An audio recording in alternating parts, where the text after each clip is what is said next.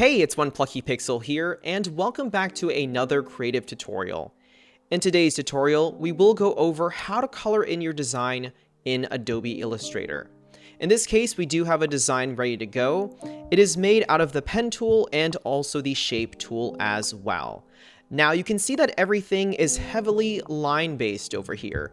You do want to also ensure that all of your lines create perfect enclosures like this. We don't want any gaps occurring. And from there, we will also use the Shapebuilder tool located over here on the left. Now, as the name implies, the Shapebuilder tool does work more effectively with shapes. So currently we are filled with lines and strokes here. These do in fact need to be turned into shapes. In order to do so, just use the regular selection tool over here.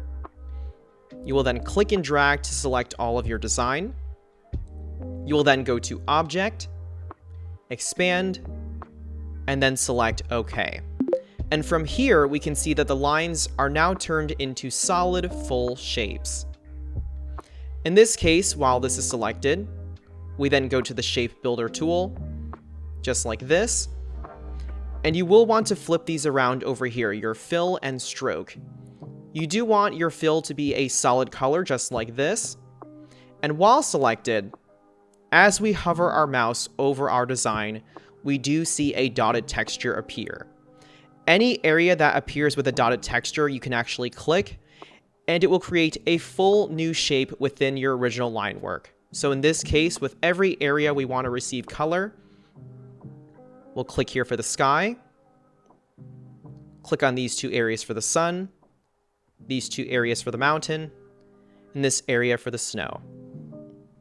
Now, once this is complete, you can also right-click your object, select Ungroup All, and from there you can select individual objects. And as you can see, the sky is now a separate object that you can then recolor. I'll double-click on the fill, and from there choose a color. And just like that, we do honor the original line work, but we're now able to color in the shapes in between. And from here, I will fast forward this process.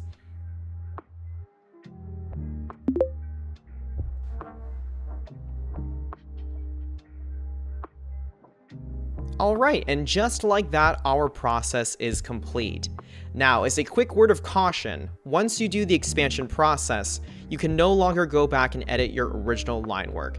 These are now solid shapes and can be edited as such. In this event, what I recommend doing is keeping an original copy of your design that is unexpanded, and then utilizing a copy that is then expanded to be used with the Shapebuilder tool.